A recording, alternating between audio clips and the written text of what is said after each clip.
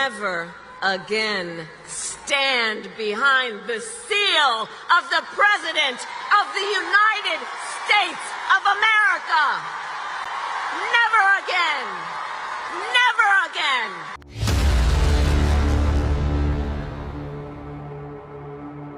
So if you haven't noticed already, Kamala Harris has chosen what her closing message will be to the American people. The problem is this: undecided voters are not only rejecting it, but they're slamming her for the type of message she is using. The last few days, the vice president has started to talk about Donald Trump as a fascist, as someone who's spoken approvingly of Hitler. Raise your hand if you've heard about those comments. Is that something that you'll factor into your vote? Linda. It's horrible that she's saying that about him. If he was saying that about her, everybody would be up in arms. I just don't think that's right. What if it was Kelly who heard the president say that? I think that he had a responsibility to resign the day that was said. I can't. I think part of the reason why I'm being pushed towards Trump so strongly is that I find that the Democrats and the left just keep going straight to Hitler all of the time. It's so exhausting. I think it just detracts from, it pushes me away from their position, and it's so hyperbolic that it makes it impossible to have good discussions. And I think it ruins the discourse. Does anybody think it's valuable or something you want to hear from the vice president? Anybody? Raise your hand if you think this is something that's important for her to be talking about. Anybody? Okay. What do you say to those people, especially ones who might be concerned that, doing a big closing argument speech at a place like the Ellipse, maybe leaning more into talking about the threat of Trump to democracy and not his threats that you see to the economy? One of the things that I love about the American people is we can hold many thoughts at once. And one of the highest priorities for the American people right now is bringing down cost, and that is the priority of my agenda and will be the priority of my work when I'm elected President of the United States. So she won't answer the question because she can't answer the question.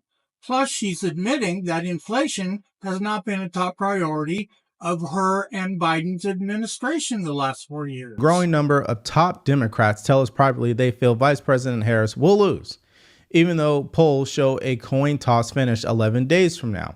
And this is especially true when you think about the fact that the Democrats have spent $1 billion, nearly twice as much as Republicans, over the past 3 months to polish her image and soil former President Trump. But clearly it's not working. Now let's get to the bottom line. If you think this video sucks, please hit the like button and notifications, subscribe, and share it. Really appreciate it. Thanks. Now, Kevin O'Leary from Shark Tank, that people know him by, who's also a billionaire himself, I thought what he said about this Trump rhetoric in regards to him admiring Hitler, it just isn't going to work. Watch this. The Jan 6 deal has been in the market forever. This rhetoric from people saying Trump is a Nazi and a fascist in the market forever. Do you really want to spend your closing statements on old stuff that's already needled into 45% of the country that hates him? Is it the old news if he was not running to be president? Except think about what you're trying to replace. You're trying to tell somebody. Always relevant. You should care more about Nazi Trump than the cost of gasoline, your rent, and the protein you buy for your family. That is literally the argument. Okay, and I think that's a losing Kevin, argument. The argument is you should care more about whether the President of the United States is a fascist and admires Nazis than you should about the cost really of gasoline believes that. today. You don't think that's no, a fair a lot of Americans. That's so funny because Kevin O'Leary was proven to be right over these talking, babbling heads. And they just believe what they want to believe, not the truth. And the bottom line is, you keep trying to focus on the whole Hitler message, but at what cost? Right? The cost is you're not going to be able to tell voters why they should vote for you. So, however, her problem is on the political landscape. She is literally stuck between a rock and a hard place. She has nothing substantive to attack Trump with, so she can only resort to lies and calling him Hitler and a fascist. But her other choice is to tell Americans about herself, which is just trading one problem for another, telling the American public who she is. Does she tell us which version of herself she is? Her old self, which is too liberal for her to win the election? Or her new self, which too many Americans simply see that as the lie it is? Adolf Hitler invaded Poland when I was 9 years old. He murdered my parents and most of our family. I know more about Hitler than Kamala will ever know in 1,000 lifetimes. For her to accuse President Trump of being like Hitler is the worst thing I've ever heard in my 75 years living in the United States.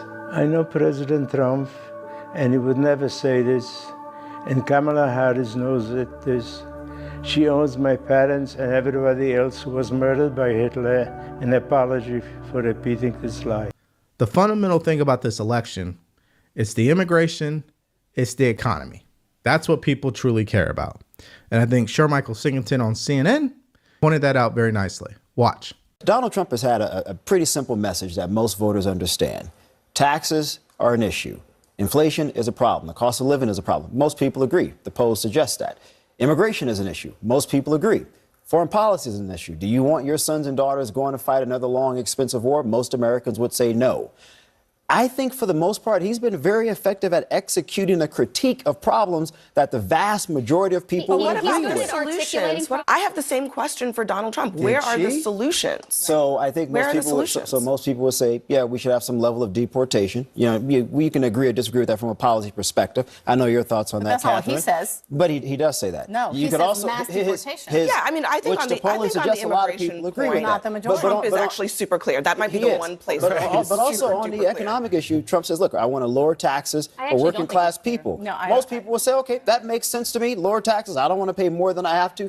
That is a very simple. Trump's solution is simple. Go back to his policies he had in place when he was president, when immigration and inflation were at historic lows.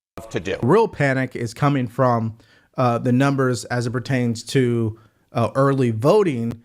And of course, ABC reported on that, and George Stephanopoulos, he had to get off of it because he doesn't like seeing the idea that Trump is going to win. Take a look at this. Check this out. In 2020, Republicans were only 33% of early voters. Now it is up to 40%. So in this big state with a big Latino population, a whole lot of union members, some warning signs, at least early on in early voting for Democrats, George. And Rick, Generals John Kelly, Mark Milley have called Donald Trump a fascist. Kamala Harris agrees, and we have some polling on that.